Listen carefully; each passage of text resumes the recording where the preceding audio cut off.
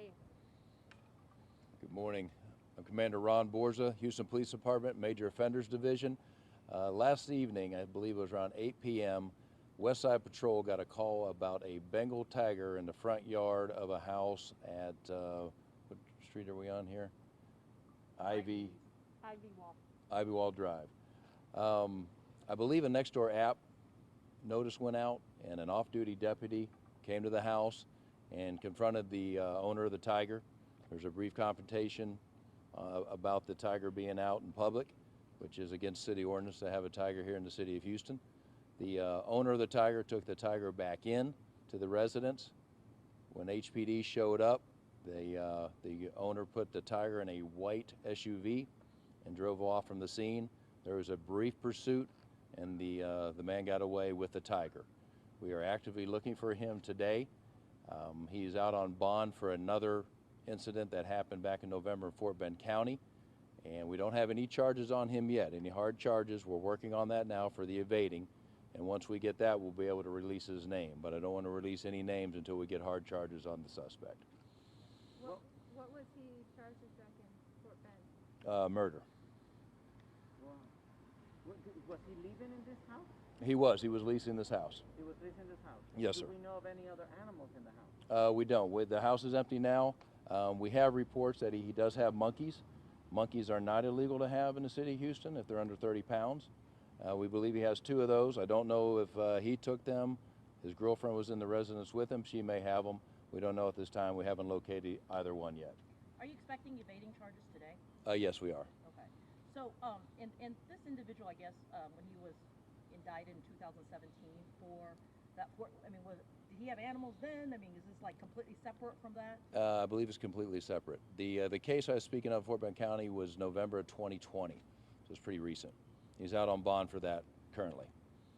He was charged in November. Did he bond out immediately? I believe he did, and I believe it was $250,000 on that homicide. And when did he move in here? I don't know. I haven't looked into all that. I have investigators inside the house right now talking to the homeowner, and we're getting all that right now. My main concern right now is focusing on finding him and finding the tiger, because what I don't want him to do is harm the tiger. We have plenty of places we can take that tiger and keep it safe and give it a home for the rest of his life. A lot of times people get desperate and they do silly things.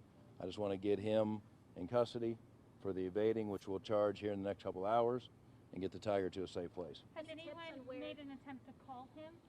That I don't know yet. We're still working on all that. How do you know it's a Bengal tiger? Just from the pictures that they posted on the on Instagram last night. Have you seen the pictures? Yeah. Yeah, that's how I know it is. So can you talk to us about how, I mean, this is not the first time we've seen a tiger in someone's house here in Houston, and how generally we don't, I mean, I think it's not illegal to have a tiger in Texas, but you can't have one in the city of Houston. It's a city ordinance that you can't have a tiger or any large animal, bear, anything like that.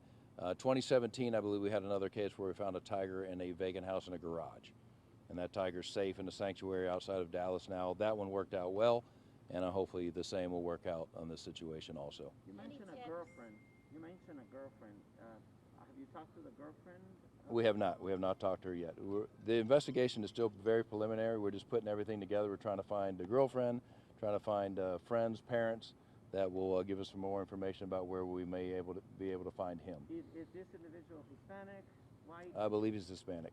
Hispanic. Yeah. Any tips on sightings of this SUV and the tiger, and do you have a license plate that people can It's have? a white Jeep Cherokee, has a paper plate, and that's all I have on it right now. And obviously if you see a Cherokee with a big tiger in it, be good to call us. So, talk to the owner. I guess this guy was renting. Is the owner facing any consequences? I don't believe so. I don't think he knew that Bengal tiger was residing in his home. I think if he did, he would let us know. Just like the neighbors here, as soon as they saw that tiger out in the front yard, they started calling the police. That's what they're supposed to do, because, you know, I'm sure he raised it since it was a cub, is my assumption. But you can't have big animals because they're unpredictable. And what are the consequences for violating the city ordinance? It's a Class C misdemeanor to have that tiger. That's all. Do you know if he had any kind of handler's license? No, I don't, as far as I know, with my animal cruelty unit that I have in Major Offenders Division, I don't believe there is such a license. I would have to investigate that, but it doesn't matter. You cannot have a tiger in the city of Houston. So right there's a violation. So. Any idea when and where he got shot the tiger? No, not at all. We are still looking at that. It may be tied to the one we found in 2019, or was it 2017? I can't remember the exact date. But this is a small circle of folks that deal in exotic animals. It's not a big ring. Most of them know each other from my experience with my animal abuse crowd. So How do you feel about people who continue to breed and sell tigers, bears, whatever to private citizens? it's just not a good idea. You never know when that animal's going to turn on. Yeah, they're pretty to look at, and they're very expensive to have them. And if that tiger was to get out and start doing some damage yesterday, I'm sure one of these citizens would have shot the tiger. We had plenty of neighbors out here with guns, and we don't want to see that. It's not the animal's fault. It's the breeder's fault. It's unacceptable. It shouldn't be happening at all. Yes, ma'am. Where is this tiger going to end up once he's We have the last one we took, I believe there's a sanctuary outside of Dallas, Texas, is where that one ended up, and he'll be there for the rest of his life. Okay, and then who did this guy murder? Don't know. Haven't looked into any of that. My main concern right now is finding him and the tiger, getting the charge for evading arrest, which will revoke his bond. Once we get all that situated, then we'll start really looking into other things. So I've got a lot going on right now with him, just trying to get him in custody. Is there anything more on the tiger breeders that you mentioned, or will they face any consequences? We're going to look into everything. We're going to try to find out, once we talk to him, and eventually we'll get a hold of him, we'll see if he'll let us know at least where he got the tigers, who he's associated with these animals. We had some bear cubs last year that we were looking for. Unfortunately, we never found them. So there are a few exotic animals in the city of Houston that we would like to find. How common are these types of calls, these kind of violations? They're very rare, very rare. Maybe one or two a year. That we get calls and then it turns out it's not true. But for them to actually be happening, it's very rare in the city of Houston. Good? All right. Thank you all. Appreciate it.